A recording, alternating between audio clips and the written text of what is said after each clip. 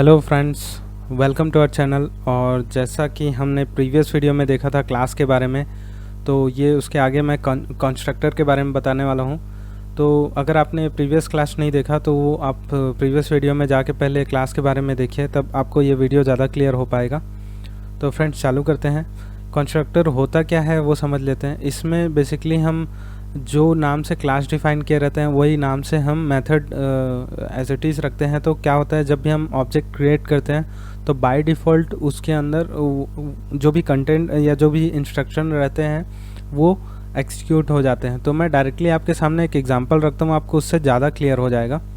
तो जैसा कि हमने प्रीवियस वीडियो में देखा था कि पब्लिक में हम क्या करते थे कि यहाँ पर डिफ़ाइन करते थे फंक्शन, या जो भी पब्लिक के अंदर जो भी रहता था वेरिएबल फंक्शन जो भी। तो यहाँ पर जो फंक्शन हम देने वाले हैं वो फंक्शन का कोई रिटर्न टाइप नहीं रहेगा, और ये एज इट इज़ क्लास के नाम से रहने वाला है। तो ये क्या हो जाएगा, माई क्लास, और उसके बाद ये। तो आपको दोनों में डिफरेंस समझ में आ गया होगा। अभी तक हमने जितने भी फंक्शन डिफ़ाइन किए थे, चाहे वो क्लास में हो या फंक्शन का जब प्रोग्राम देखा था, तो उसमें हम रिटर्न टाइप लेते ही थे। बट यहाँ पर हम रिटर्न टाइप नहीं ले रहे हैं, डायरेक्टली एक फंक्शन क्रिएट कर दे रहे हैं। और उसके बाद मैं यहाँ पर एक सिंपल सा मैसेज प्रिंट करा दे रहा हूँ, है ना, जो दिखाए कि एग्जीक्यूट हो रहा है। तो मैं क्या करता हूँ, दिस इज़ कंस्ट्रक्टर कर देता हूँ यहाँ पर। तो ये सिंपल सा मैसेज प्रिंट होने वाला है। अब आपने प्रीवियस वीडियो में जैसा देखा था कि मेरे को उसके अंदर का कोई भी वेरिएबल या फंक्शन कॉल करने से पहले क्या करना पड़ता था कि जाके वहाँ से ऑब्जेक्ट क्रिएट करना पड़ता था, और ऑब्जेक्ट क्रिएट करने के बाद ऑब्जेक्ट नेम लेके डॉट करके उसके फंक्शन या वेरिएबल को कॉल करना रहता था। बट यहाँ बस आप सीधा एग्जांपल में देखिए, आपको ज़्यादा समझ में आ जाएगा। मैं डायरेक्ट यहाँ पर कॉल नहीं करने वाला, मैं खाली ऑब्जेक्ट क्रिएट कर रहा हूँ। उसके बाद आपको इसमें वेरिएशन समझ में आ जाएगा, दोनों में चेंजेस क्या है। तो मेरा ऑब्जेक्ट क्या होने वाला था, माई क्लास जो क्लास नेम है, और CLS में करके ऑब्जेक्ट क्रिएट कर दिया। अब मैं देखिए, मैंने कहीं पास फंक्शन को कॉल नहीं किया। फंक्शन क्या था, माई क्लास ही करके है।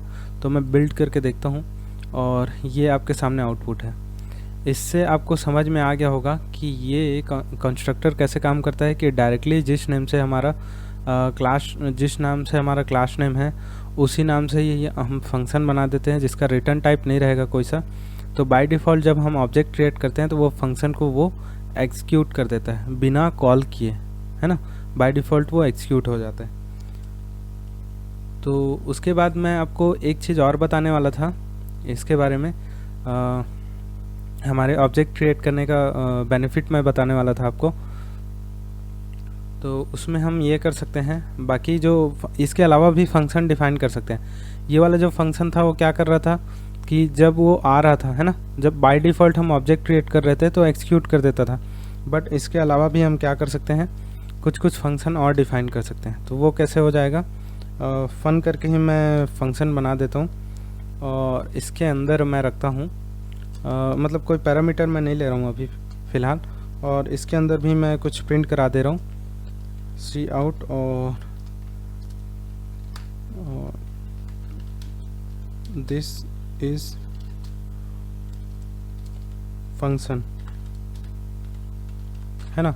ये वाला दिस इज फंक्शन करके करा देता हूँ, और उसके बाद मैं इसे बिल्ड करके देखता हूँ आपके सामने। तो जैसे ही मैंने बिल्ड किया तो आप देखते हैं कि ये वही बाय डिफ़ॉल्ट ले रहा था, दिस इज़ कंस्ट्रक्टर।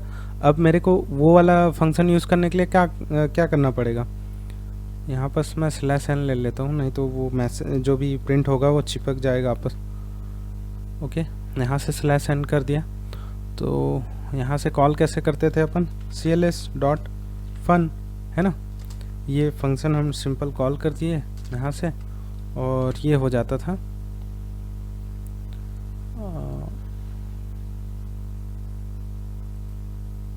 बिल्ड कर दिया इसे। तो आप देख सकते हैं दोनों यहाँ पर प्रिंट हो रहा है ना। अब एक चीज़ और बताना चाहता हूँ इसमें, कि आप एक ही क्लास का कई ऑब्जेक्ट क्रिएट कर सकते हैं, और उसका फ़ायदा क्या होने वाला है वो भी आपको बता देता हूँ। इसके अंदर ये मैं फंक्शन को हटा देता हूँ, और पब्लिक के अंदर मैं कोई वेरिएबल डिफ़ाइन कर देता हूँ। क्या वेरिएबल करूँ मैं, एज या नेम कर देता हूँ, नेम है ना। ये सिंपल एक नेम होने वाला है। इसका रिटर्न टाइप हम ले लेते हैं स्ट्रिंग, है ना।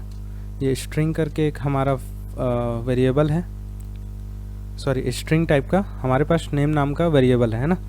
तो अब यहाँ से मैं इसे कॉल करता हूँ या सीधा कोई वैल्यू इस पर पुट कर देता हूँ। मैं क्या करूँ, CLS करके ऑब्जेक्ट है, CLS डॉट वेरिएबल का नाम क्या था, नेम। तो इसमें मैं कोई वैल्यू दे देता हूँ, सपोज करता हूँ अभय करके मैंने इसमें नाम दे दिया, है ना। और उसके बाद मैं इसी क्लास का एक और ऑब्जेक्ट क्रिएट करता हूँ, है ना। और इसे हटा देते हैं क्योंकि ये फिर से बार बार प्रिंट होगा। जितने बार हम ऑब्जेक्ट क्रिएट करेंगे तो वो क्रिएट होता जाएगा। तो यहाँ पर एक ऑब्जेक्ट मैंने और क्रिएट कर दिया CLS 1 करके, है ना। तो यहाँ पास 2 ऑब्जेक्ट क्रिएट हो गया एक ही क्लास का। अब यहाँ पास भी मैं क्या करता हूँ, CLS 1 में भी डॉट नेम करके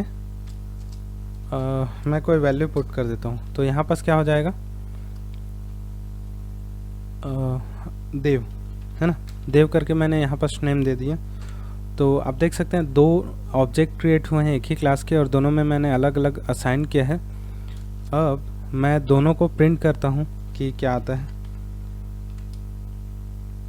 तो प्रिंट करने का तरीका क्या होता था, ऑब्जेक्ट के अंदर का वेरिएबल CLS डॉट अपना नेम हो गया, है ना।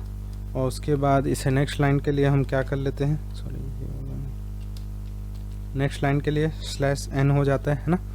तो यहाँ से ये हो गया। उसके बाद सी आउट फिर से कर देते हैं, सेकेंड वाला जो हमारा था उसके लिए हम क्या किए थे, CLS 1 करके ऑब्जेक्ट हमने क्रिएट किया था, डॉट नेम ये हो गया। और उसके बाद यहाँ से हम नेक्स्ट लाइन देंगे तो भी ठीक है, नहीं भी देंगे तो भी ठीक है, मैंने दे दिया। अब इसे मैं एग्जीक्यूट करके देखता हूँ, उससे पहले इसे क्लोज कर देते हैं। तो जैसे ही मैंने एग्जीक्यूट किया तो आप देख सकते हैं अभय और देव दोनों करके आए। अब आपको समझ में आ रहा होगा कि यहाँ पर मैंने वेरिएबल तो सिंगल लिया है, नेम करके बस वेरिएबल लिया था, लेकिन मैं जितने बार ऑब्जेक्ट क्रिएट कर रहा हूँ उतने बार उसे मैं अलग अलग तरीके से यूज़ कर सकता हूँ, मतलब अलग अलग बार। देखिए मैंने पहले अभय करके वेरिएबल सेव कराया था, अभय नेम दिया था। उसके बाद सेकंड जैसे ही मैंने ऑब्जेक्ट क्रिएट किया उसमें देव कर दिया और दोनों को मैंने कॉल किया तो वो ओवरराइड नहीं किया, दोनों अलग अलग ले रहे हैं। तो फ्रेंड्स ये ऑब्जेक्ट का बहुत बड़ा फीचर है कि आप एक ही क्लास के बार बार ऑब्जेक्ट क्रिएट कर सकते हैं और उसे अलग अलग जगह अलग अलग यूसेस आप ले सकते हैं। तो फ्रेंड्स होप सो ये वीडियो आपको अच्छा लगा होगा और क्लास के बारे में और भी हम आगे क्लास में देखेंगे। और अगर आपने अभी तक मेरा चैनल सब्सक्राइब नहीं किया तो सब्सक्राइब कीजिए, शेयर कीजिए, लाइक कीजिए। Thank you friends.